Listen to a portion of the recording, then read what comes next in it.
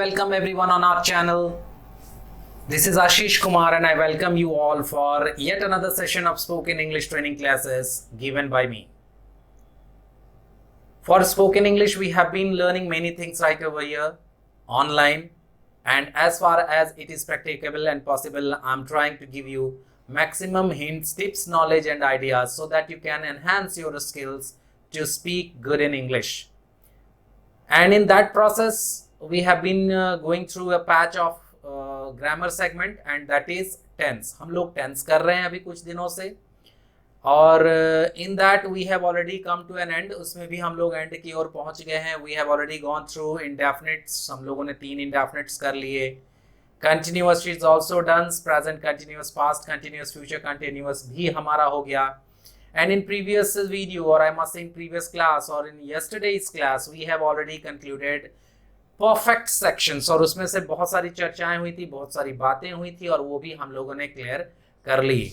Now we are moving on to the final phase of tense, which is perfect continuous और उसमें से सबसे पहला देख रहे हैं present perfect continuous. present perfect continuous देखने जा रहे हैं और ये हमारी आज की टॉपिक है.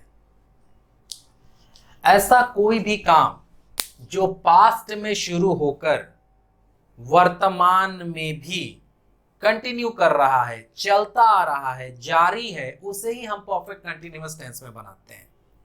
पास्ट में शुरू होकर बोलने के वक्त तक, मतलब अभी भी, at the moment, at present, जो जारी है, कंटिन्यू कर रहा है, चलता आ रहा है, उसे ही हम प्रेजेंट परफेक्ट कंटिन्यूअस टेंस में बनाते हैं. समझने की कोशिश करें. जैसे अगर मैंने कहा कि मैं पढ़ रहा हूं तो वो काम सिर्फ अभी चल रहा है, उसे हम कंटिन्यूअस में बनाएंगे. लेकिन अगर हमने कहा कि मैं पढ़ता आ रहा हूं तो देखिए सेंटेंस देख के ही लग रहा है कि मैंने पढ़ने का काम कभी पास्ट में शुरू किया है. शायद 2 घंटे पहले, शायद 2 दिन पहले, 2 सप्ताह पहले, 2 महीने पहले, 2 साल पहले, शायद बचपन से. ये सेंटेंस में आ रहा हूं लगने की वजह से ये बात कंफर्म्ड हो गई कि जो पढ़ने का काम है वो कभी पास्ट में शुरू हुआ और आज भी निरंतर वह काम जारी है, कंटिन्यू कर रहा है, चल रहा है. तो इसे ही हम परफेक्ट कंटिन्यूअस में बनाएंगे और ट्रांसलेट करेंगे कि आई हैव बीन रीडिंग या आई हैव बीन स्टडिंग. यहां पर कब से मैं पढ़ता आ रहा हूं ये टाइम नहीं दिया हुआ है, लेकिन सेंटेंस का सेंस यही है कि पढ़ने का काम मेरा कभी पास्ट में शुरू हुआ और आज भी प्रेजेंट में कंटिन्यू कर रहा है. इसमें टाइम या समय इनविजिबल है. देखिए कंटिन्यूअस और परफेक्ट कंटिन्यूअस में एक मामूली सा फर्क यही होता है कि कंटिन्यूअस में कोई टाइम का इश्यू नहीं होता है. कोई भी काम जो बोलने के वक्त जारी हो, प्रेजेंट में कंटिन्यू कर रहा है, उसे ही हम प्रेजेंट कंटिन्यूअस में बना डालते हैं. लेकिन प्रेजेंट परफेक्ट कंटिन्यूअस में कहीं ना कहीं समय का बोध जरूर होता है. उसमें समय या तो दिया रहता है या छिपा रहता है, मतलब कहीं ना कहीं समय की बात जरूर होगी. इसमें समय छिपा हुआ है, पता नहीं कब से, लेकिन देख करके जरूर लग रहा है कि काम पास्ट में शुरू हुआ और अभी भी कंटिन्यू कर रहा है. दूसरा एक सेंटेंस ले लें, जैसे मैं बचपन से पढ़ता आ रहा हूं या मैं बचपन से पढ़ रहा हूं. तो यहां आप देखिए कि समय साफ साफ आपको नजर आ रहा है. कब से? बचपन से. तो इसमें तो कोई डाउट ही नहीं होनी चाहिए. आप स्ट्रेट अवे इसे ट्रांसलेट करें कि आई हैव बीन रीडिंग या I have been studying since childhood. समय लगा दिया हम लोगों ने, सिंस चाइल्डहुड, बचपन से. तो यहां पर मैं समय दिया हुआ था, इसीलिए साफ साफ समझ में आ गया कि इसमें रहा हूं, रही है तो लगा ही हुआ है, मतलब कंटिन्यूअस तो है ही, और टाइम दिया हुआ इसलिए ये परफेक्ट कंटिन्यूअस है. अब जो ये हम लोगों ने ट्रांसलेशंस बनाए, इनका स्ट्रक्चर क्या होता है? तो स्ट्रक्चर होता है कि पहले आएगा सब्जेक्ट, जैसा आप देख पा रहे हैं आई आया है, उसके बाद हैज या हैव, फॉलोड बाय बिन. इसमें भी 2 हेल्पिंग वर्ब आते हैं, हैज हैव में से कोई एक और एक बार आता है been, followed by verb plus I N G यानी V4. देन इसमें आता है ऑब्जेक्ट, देन आता है टाइम, और अगर उसके बाद भी कुछ बच जाए तो उसे आप रेस्ट वर्ड्स या अदर वर्ड्स कह सकते हैं.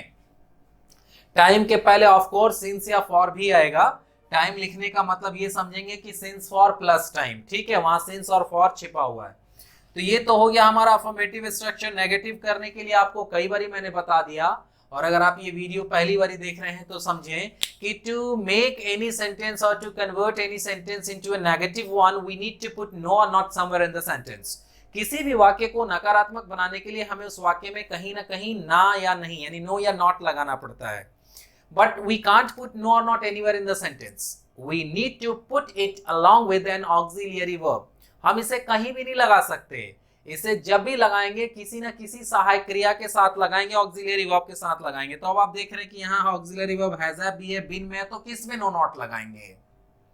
तो जब एक सेंटेंस में एक से ज्यादा auxiliary verb, when there are more than one auxiliary verb present in any sentence, so we need to do the changes, we need to do any alteration along with the first ever auxiliary verb। जो भी सबसे पहला auxiliary verb होगा उसी में किसी भी प्रकार की छेड़छाड़ ऑल्टरेशन वगैरह की जाएंगी। उसके बाद सेंटेंस में कितने भी ऑक्सिलरी वर्ब पड़े होंगे उनमें कोई चेंजेस नहीं करना है, यानी जो भी चेंजेस हमें करने हैं first auxiliary verb which is has have उसमें करना है। तो यहां पर मैं हैज नॉट कर दिया, शॉर्ट में हैजंट, हैव नॉट कर दिया, शॉर्ट में हैवंट, और बिन से सारी बातें सेम टू सेम रहेंगी, कोई चेंज नहीं होगा। इंट्रोगेटिव के लिए आपको ऑलरेडी बताया है, to make any sentence into an interrogative one we need to put auxiliaries before the subject. Auxiliaries को सब्जेक्ट के पहले ले आना होता है, और उसमें भी पहली ऑक्सिलरी पहले आएगी। बार बार ही कह रहे हैं कि पहली ऑक्सिलरी में ही जो भी चेंजेस करने, अल्टरेशंस करने, छेड़छाड़ करने, वो पहली ऑक्सिलरी में होगी, and rest of the things will remain same.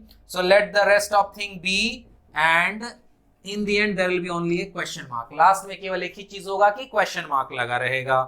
Interrogative negative करना है तो क्या करना है भाई, आगे आए हुए हेल्पिंग वर्ब में नो नॉट लगा दो। तो ये बन गया हमारा हैजंट, ये बन गया haven't, and again rest of the things will remain constant, there will be no change। तो इस तरह से हमारे इसके ट्रांसलेशन स्ट्रक्चर्स बनते चले जाते हैं। इसके पहले अगर आप कोई WH लगा देंगे तो फिर ये कहलाने लगेगा WH इंट्रोगेटिव, इसके पहले WH लगा देंगे तो ये कहलाने लगेगा WH इंट्रोगेटिव नेगेटिव। इसके ट्रांसलेशंस को चले पूरा किया जाए। इस स्ट्रक्चर पर बना है कि मैं बचपन से पढ़ रहा हूं, I have been reading since childhood.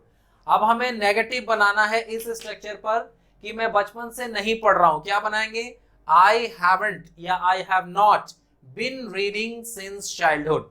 सीधे टाइम आ गया, इसमें ऑब्जेक्ट नहीं। अगर रहता कि मैं बचपन से इंग्लिश नहीं पढ़ रहा हूं तो इंग्लिश यहां लिखते हैं कि I have not been reading English since childhood, ऐसा लिखते हैं। लेकिन यहाँ तो ऑब्जेक्ट है नहीं, बस इतना विदाउट ऑब्जेक्ट इसलिए बनाया कि I haven't been reading since childhood.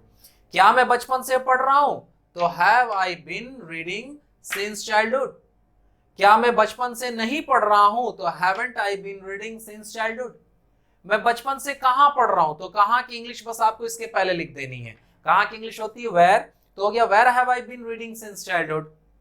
मैं बचपन से कैसे नहीं पढ़ रहा हूं, तो कैसे की इंग्लिश होती है हाउ, तो how haven't I been reading since childhood. तो इस प्रकार आप प्रेजेंट परफेक्ट कंटिन्यूअस के सारे ट्रांसलेशंस बना लेंगे और आपसे बन जाने चाहिए। चलिए, इससे पहले कि हम लोग टाइम वाले इश्यू पर आए या इसके यूजेस की बात करें, इसमें एक और इसी स्ट्रक्चर पर समझ लेते हैं पास्ट परफेक्ट कंटिन्यूअस को भी। देखिए, इसमें एक मामूली चेंज कर दें अगर, तो ये बदल जाएगा हमारा पास्ट परफेक्ट कंटिन्यूअस में। जैसे मैं पढ़ता आ रहा था, हिंदी में एक मात्र चेंज किया हम लोगों ने, है, हूं इत्यादि की जगह था तेती लिख दिया। तो यहां भी एक मामूली चेंज करना होगा, हैज हैव की जगह हैड लगाना होगा। आई हैड बीन रीडिंग, मैं बचपन से पढ़ रहा था, तो क्या हो जाएगा, I had been reading since childhood. बस एक मामूली चेंज हमें करना है, और वो चेंज क्या है कि हमें हैज हैव की जगह हैड लगा देना है, और ये हमारा पास्ट परफेक्ट में बदल जाएगा। देखिए, यहाँ सिर्फ एक चेंज हो रहा है, इसमें कोई नंबर में सब्जेक्ट हो, कोई पर्सन में सब्जेक्ट हो, उससे कोई फर्क नहीं पड़ता है। एक ही चीज होगा कि हेल्पिंग वर्ब सबको हैड ही मिलेगा, और हैड में नॉट लगा दिया, बन गया हैडंट। इंट्रोगेटिव करने के लिए इसी को आगे ले आया, ये बन गया हैड आगे, और यहाँ पर मैं इसी में नो नॉट लगा दिया तो ये बन गया हैडंट। अगर आपको इसको खोल कर लिखना हो तो आप हैड आई नॉट या हैड ही नॉट ऐसा करेंगे, मतलब नो नॉट को सब्जेक्ट के बाद ले जाएंगे। चलिए, इसे स्ट्रक्चर को आप पूरा कर दें, इसको जरा मिटा मिटा के साफ साफ लिख दिया जाए ताकि किसी को कोई कंफ्यूजन ना हो, है ना। इसे भी मैं क्लियर कर देता हूं। ये समझिए कि यहाँ साफ साफ हैड लिखा हुआ है, यहाँ हूं की जगह था हो जाएगा। मैं पढ़ता आ रहा था, यहाँ भी हूं की जगह था हो जाएगा, मैं पढ़ता आ रहा था। और ये हमारा हो गया पास्ट परफेक्ट कंटिन्यूअस, चलिए इससे भी पूरा करें कि मैं पढ़ता आ रहा था तो आई हैड बीन रीडिंग, मैं बचपन से पढ़ रहा था तो I had been reading since childhood, मैं बचपन से नहीं पढ़ रहा था तो I hadn't been reading since childhood, क्या मैं बचपन से पढ़ रहा था तो had I been reading since childhood, क्या मैं बचपन से नहीं पढ़ रहा था तो hadn't I been reading since childhood, मैं बचपन से क्या पढ़ रहा था तो क्या की इंग्लिश इसके आगे लगा दीजिए what had I been reading since childhood, मैं बचपन से क्यों नहीं पढ़ रहा था तो क्यों की इंग्लिश इसके पहले लगा दीजिए why hadn't I been reading since childhood. तो इस प्रकार से आप पास्ट परफेक्ट कंटीन्यूअस के भी ट्रांसलेशंस बना लेंगे। अब इसी पे अगर आप फ्यूचर परफेक्ट का कंटीन्यूअस का क्वेश्चन पूछें कि चलिए फ्यूचर परफेक्ट कंटीन्यूअस भी देख लेते हैं, तो मैं आपको बताऊं कि फ्यूचर परफेक्ट कंटीन्यूअस का कोई यूज नहीं है, ना पढ़ने में, ना लिखने में, ना बोलने में, ना सुनने में, ना समझने में, कहीं भी फ्यूचर परफेक्ट कंटीन्यूअस का यूज नहीं किया जाता, इसीलिए उसे हम लोग पढ़ के टाइम पास नहीं करेंगे। अब परफेक्ट कंटीन्यूअस में जो सबसे बड़ी प्रॉब्लमेटिक चीज है वह है सिंस और फॉर का यूज। ये जो सिंस और फॉर रूपी प्रेपोजिशन है, इनको कौन से समय के पहले यूज करना, ये सबसे बड़ा सरदर्द है, लोगों को बड़ा कंफ्यूजन होता है। अब मैं आपको जरा वो बताने की कोशिश करता हूं, देखें आपको कितनी समझ में आती है। चलिए बात करते हैं सिंस और फॉर के यूज की। यहां सिंस का मतलब से होता है और फॉर का मतलब भी से ही होता है। आपने शायद पढ़ रखा होगा कि सिंस का यूज जो है वो पॉइंट ऑफ टाइम के पहले किया जाता है और फॉर का यूज पीरियड ऑफ टाइम के पहले किया जाता है। या आम भाषा में सिंस का प्रयोग निश्चित समय के साथ और फॉर का प्रयोग अनिश्चित समय के साथ किया जाता है। इसको थोड़ा सा समझने की कोशिश करते हैं, ये पॉइंट ऑफ टाइम क्या है। मान लीजिए मैं आज की डेट कह रहा हूं कि आज सपोज जो भी हो 4 जून है या 3 जून है, जो भी हम लोगों ने कहा, ये जून भी छोड़ देते हैं, ये आज हमारा 4 है। आज से ठीक 10 दिन पहले एक मोटा मोटी टाइम ले लेते हैं कि उस दिन हमारा जो होगा 25 होगा मई, 25 मई मान लेते, कुछ भी मान लेते हैं। तो मैं आपसे 25 तारीख को मिला और मैंने पूछा कि भाई क्या हाल है, तो आपने कहा कि मैं बीमार हूं। ठीक है, 25 को मैं आपसे मिला और मैंने पूछा क्या हाल है, तो आपने कहा कि मैं बीमार हूं। चलो ठीक है। फिर उसके बाद 2 दिन बाद 27 को मिला, पूछा क्या हाल है, तो आपने कहा कि मैं बीमार हूं। आज से 2 दिन पहले यानी 2 को मिला, पूछा क्या हाल है, तो आपने कहा कि मैं अभी भी बीमार हूं। और आज जब आपसे पूछा तो क्या हाल है, तो आपने कहा कि मैं पिछले 10 दिनों से बीमार ही हूं। अब जैसे ही आपने पिछला 10 दिन बोला तो ये कंफर्म नहीं हो पाया कि पिछला 10 दिन आपने 25 से काउंट किया, 26 से काउंट किया या 24 से ही काउंट कर लिया, कब से काउंट किया ये कंफर्म नहीं हो पाया। ठीक है, आपने बस एक मोटा मोटी गेस किया कि पिछला 10 दिन, तो आपने किसी पॉइंट टू पॉइंट ट्रैवल नहीं किया, बस एक अंदाजा लगाया, समय की एक मोटरी गठरी बन गई और इसीलिए इसे हम लोगों ने एक समय का ग्लट माना और उसे हम समझेंगे कि वो हो गया पीरियड ऑफ टाइम। लेकिन आप 4 से ट्रैवल करते हुए एग्जैक्ट आते और कहते कि मैं 25 से बीमार हूं, एग्जैक्ट डेट बता देते, तो पॉइंट टू पॉइंट आपने ट्रैवल किया, तो उसे ही हम कहते हैं पॉइंट ऑफ टाइम और वहां लगाते सिंस। इस चीज में तो शायद ये कॉन्सेप्ट आपका काम कर गया, लेकिन हर जगह काम नहीं करता। जैसे अगर कहा जाए बचपन, तो अब ये बड़ा कंफ्यूजिंग है कि बचपन का मतलब कब होता है। क्या बचपन का मतलब 1 दिन से लेकर के 10 साल तक होता है? क्या बचपन का मतलब 1 दिन से लेकर के 5 साल तक होता है, 6 साल तक होता है? ये चीजें जो हैं किसी के कॉन्सेप्ट के बाहर की चीजें हैं, इसमें सबके मत अलग अलग होते हैं। तो वहां हम क्या लगाएंगे, हम पीरियड मान करके फॉर लगाएं कि पॉइंट ऑफ टाइम मान करके उसमें हम सिंस लगाएं? ये कंफ्यूजन अक्सर बच्चों को होता है। मैंने जो भी क्लासेस ली हैं आज तक, मैंने देखा है कि जो भी बच्चे मेरे पास कहीं और से इंग्लिश पढ़ के आते हैं, टेंस पढ़ के आते हैं, उनके साथ ये कंफ्यूजन हमेशा रहता है कि उन्हें समझ में नहीं आता कि कहाँ सिंस लगानी है, कहाँ फॉर लगाना है। तो इस कंफ्यूजन का मैं आपको पैनासिया देता हूं। पैनासिया का मतलब होता है रामबाण, मतलब एक ऐसा इलाज, पैनासिया इसका मतलब होता है रामबाण, एक ऐसा इलाज जो सब में काम कर जाए, उसे ही हम कहते हैं पैनासिया। मैं आपको एक पैनासिया देता हूं, यानी मैं आपको बताता हूं कि कहां सिंस लगता है और कहां फॉर लगता है। अगर आप इसमें से कुछ भी दिमाग में रख पाएंगे तो आप कभी भी सिंस और फॉर में कंफ्यूज नहीं करेंगे। देखिए, जब दिन के नाम दिए हों, जैसे सोमवार, मंगलवार, बुधवार, बृहस्पतिवार, तो आपको उसके साथ सिंस लगाना है। जब टाइम दिया हो, जैसे 10 बजे, 12 बजे, तो आपको सिंस ही लगाना है। तारीख दी हो जैसे 19 तारीख 25 तारीख तो आपको सिंस ही लगाना है। साल दिया हो जैसे 2010 2012 तो आपको सिंस ही लगाना है। सुबह दोपहर शाम रात में भी आपको सिंस ही लगता है। कल परसों के साथ भी सिंस का ही प्रयोग होता है। बचपन बुढ़ापा जवानी में भी हम सिंस ही लगाते हैं। अब इसमें आपको कोई लॉजिक नहीं लगाना है कि ये कैसे हो गया क्या हो गया, बस दिमाग में एक ही बात डालनी है कि जब भी ये दिखेंगे आपको इनके पहले सिंस ही लगाना है, दैट्स इट। कोई इसमें दिमाग नहीं लगाना है कि कैसे। महीनों के नाम दिए हो जैसे जनवरी फरवरी मार्च अप्रैल तो उसमें भी आपको सिंस ही लगाना है। ठीक उसके उलट दिन का नाम ना देकर के इस तरह लिखा हो 2 दिन 4 दिन 10 दिन 20 दिन इस तरह लिखा है तो वहां पर आपको फॉर लगाना है। समय देखने की बजाय लिखा हो 2 घंटा 4 घंटा तो वहां फॉर लगेगा। 2 महीना 4 महीना फॉर ही लगता है। 2 साल 4 साल फॉर ही लगेगा। 2 सप्ताह 4 सप्ताह के साथ आपको फॉर ही लगाना है। अब इसमें सबसे आसान तरीका यही है कि कोई एक याद कर जाइए, या तो आप इस फॉर के यूज को याद कर जाइए कि कहां फॉर लगता है, इसको छोड़ करके जो भी आए उसमें सिंस लगाना शुरू कर दीजिए, या फिर आप इस सिंस के यूज को याद कर जाइए कि सिंस कहां लगता है और इसको छोड़ करके जो भी आता है वहां फॉर लगाना शुरू कर दीजिए। मोटा मोटी ये तरीका सबसे सटीक तरीका है उन लोगों के लिए जिनको हमेशा कंफ्यूजन होता है कि कहां सिंस लगता है और कहां फॉर लगता है। जब ये कॉन्सेप्ट आपका क्लियर हो जाएगा तो इसके ऊपर कोई नया कॉन्सेप्ट दिया जाए, कोई नई बात बताई जाए तो आपको समझ में आएगा। एक बात हमेशा याद रखें कि आपको मिट्टी से बर्तन बनाना है तो पहले मिट्टी का जो है ना वो तैयार करना पड़ेगा, मटेरियल सारा उसको उस सांचे पे डालना होगा, उसके बाद ही वो शेप लेगा। और शेप ले भी लिया तो अब उसके अंदर आप पानी डालो, उसके अंदर आप कुछ और सामान डालो, ये तो आपके ऊपर है ना।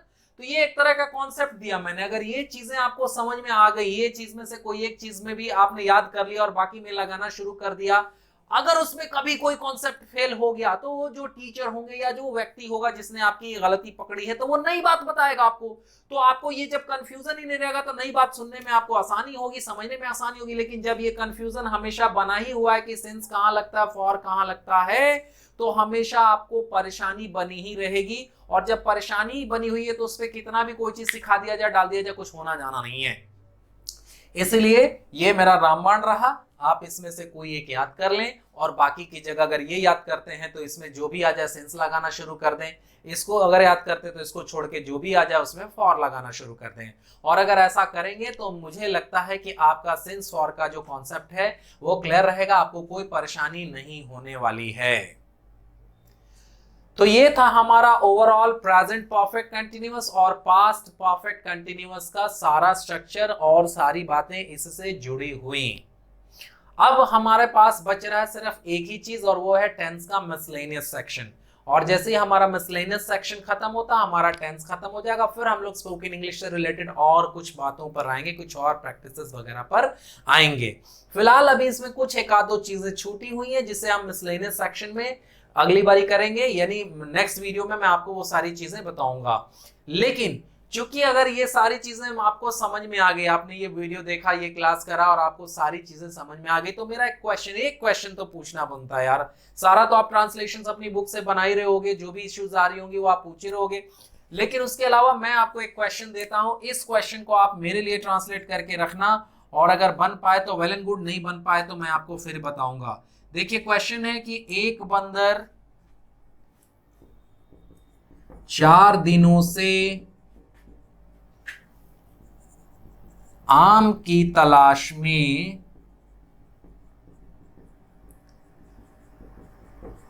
एक जंगल में भटक रहा था। एक बंदर 4 दिनों से आम की तलाश में एक जंगल में भटक रहा था। बस मामूली सा ट्रांसलेशन का एक क्वेश्चन मैंने आपको दिया और ये क्वेश्चन आपको ट्रांसलेट करने की कोशिश करनी है। नहीं होगा तो मैं आपको फिर से बताऊंगा कि ये मैंने क्यों दिया, मेरे इस क्वेश्चन को देने के पीछे का लॉजिक क्या है, रीजन क्या है, कारण क्या है, मैं आपको बताऊंगा। और फिर टेंस से जुड़ी हुई जो मिसलेनियस वाली बातें वो भी हम सारे डिस्कस कर लेंगे, वो भी क्लास को हम लोग करेंगे। और उसके बाद फिर जा करके नई नई चीज़ों पर स्पोकन इंग्लिश से related things will also be discussing them. And not only that, I'll be forcing you to start practicing those things so that you can enhance your skills once again to speak good in English. Till then, that's all from my side of today's class. Meet you in next class with some more steps of tense. And if you have liked this video, if you are liking our classes, if you keep on watching our videos regularly, please do like every videos. अगर आप नए हैं तो please do subscribe our channel and press the bell icon so that you may get latest updates and notifications. Thanks for watching. This is Ashish Kumar signing off for today. Bye everyone.